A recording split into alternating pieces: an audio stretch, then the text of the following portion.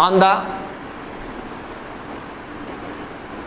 solubility of gases in liquid can be explained by, यही same चीज Henrys ने बताई है। तो देखिए बेटा, द्रव में गैसों की विलेयता को हेनरी नियम से समझाते हैं। तो अब हमें बस सिर्फ क्या समझ में आना चाहिए, हेनरीज लॉ क्या कहता है।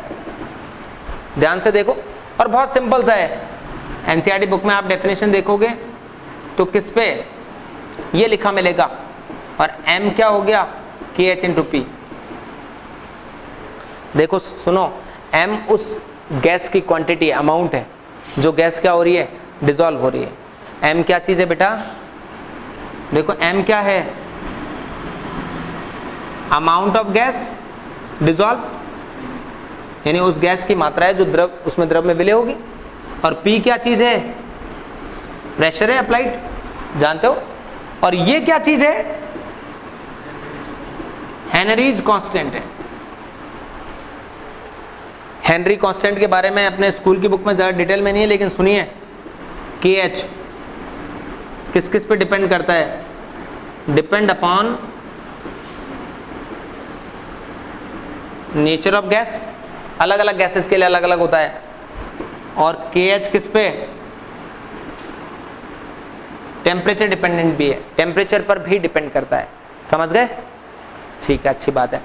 तो ये बात समझ में आई, ये हेनरी लॉ की डेफिनेशन है, आप लिख लेना स्कूल की बुक से कि the amount of gas dissolve is directly proportional to the pressure, यानी उसमें लगाए गए दाब के, और वो तो लीचेटलर से जानते हैं अपन, जितना ज्यादा प्रेशर लगाएंगे उतनी ज्यादा गैस क्या हो जाएगी, डिसॉल्व हो जाएगी। क्लियर है बिल्कुल सारी बातें। अब देखिए यहां अपने को जो पढ़ना है, न्यूमेरिकल जो आता है उसमें क्या होगा, इसकी मॉडिफाइड फॉर्म लेनी पड़ेगी।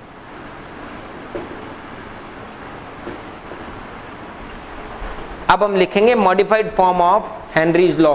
और बेटा एक न्यूमेरिकल आता है इसमें, बस उस न्यूमेरिकल के लिए पढ़ रहे हैं तो न्यूमेरिकल आएगा तो इस फॉर्मूला से नहीं करना है जो मैंने लिखा है, अभी जो लिखा रहा हूं वो फॉर्मूला लिखना है, फाइनल उसी को याद करना है। यानी किसी गैस का प्रेशर कितना होता है, के एच इनटू उस गैस के मोल फ्रैक्शन का प्रोडक्ट होता है। बस आप इस फॉर्मूला को याद करिए और न्यूमेरिकल में यही लिखेंगे हमेशा, यानी गैस का उसका प्रेशर किसके बराबर होगा, उस हेनरी लॉ कांस्टेंट और हेनरीज कांस्टेंट सॉरी, और किसके, मोल फ्रैक्शन ऑफ गैस के प्रोडक्ट के बराबर होता है। एक एनसीईआरटी की बुक में एक इन टेक्स्ट में क्वेश्चन है, उसको सॉल्व कर लेते हैं, बस काम खत्म हो जाएगा।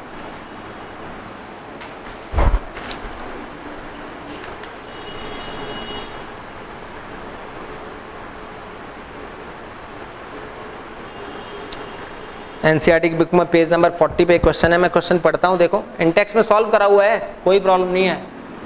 2.4 बात को सुन लेना खाली, तो लिखना अपने तरीके से, इसमें जो कर रखा है उसको अपन देख लेंगे बाद में। सुनना, if N2 is bubbled through water at 293 kelvin, nitrogen gas है, उसको किसमें, वाटर में डिसॉल्व करा गया है, कब, 293 केल्विन पे। करिए, how many millimoles of N2, question क्या है, मिलीमोल्स ऑफ नाइट्रोजन ये निकालने हैं। Would dissolve in 1 litre of water, nitrogen के मिलीमोल को किसमें कैलकुलेट करना है, इन 1 लीटर। ये क्वेश्चन है बेटा कि नाइट्रोजन में कितने मिलीमोल नाइट्रोजन, सॉरी वाटर में कितने मिलीमोल नाइट्रोजन डिसॉल्व होगी, घुलेगी, ठीक है। Assume that N2 exert a partial pressure of, क्या दे रखा है बेटा, PN2, partial pressure of N2 दे रखा है कितना, 0.987 bar, no problem. Henry's law constant for KH of N2, वही ये सब चीजें किस पे दे रखी है, 293 केल्विन पर दे रखी है, ये भी मतलब टेम्परेचर चेंज नहीं किया है, इज 76.48 बार, ये दिया हुआ है।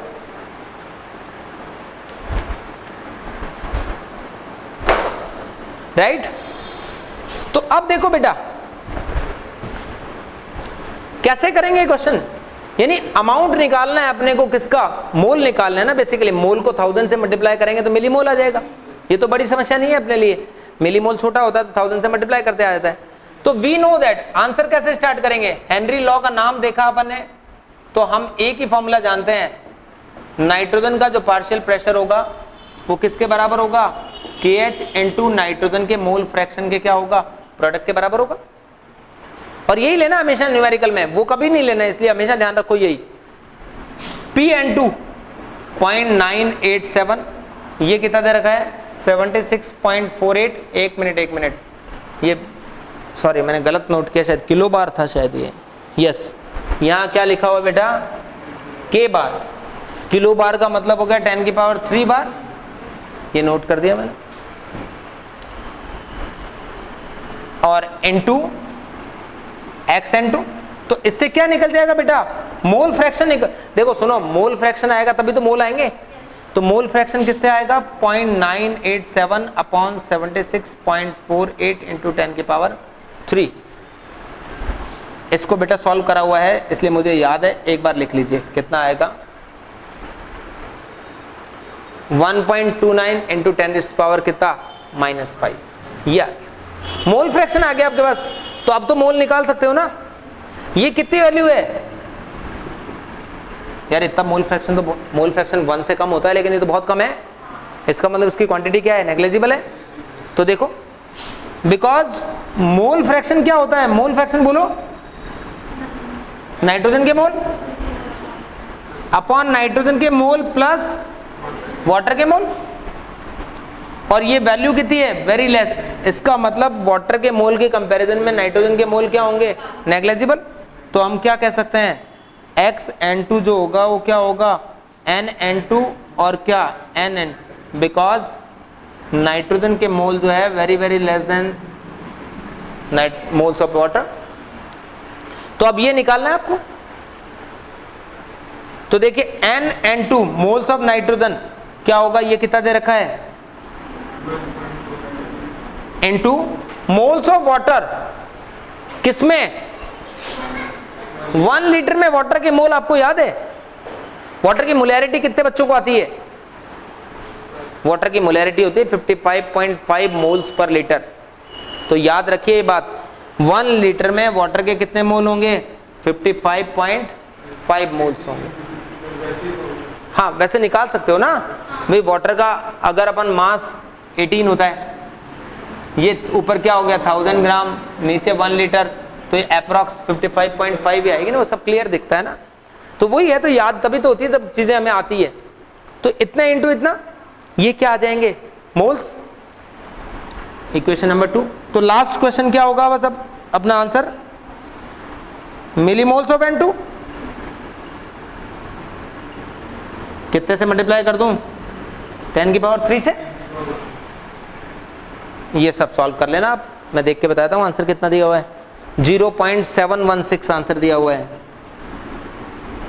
मिली मोल्स, ये आंसर है। ठीक है, इस तरह के 2 इंटेक्स में क्वेश्चन और दे रखे हैं बेटा अनसॉल्व, उनको आप घर पे करेंगे 2.6 2.7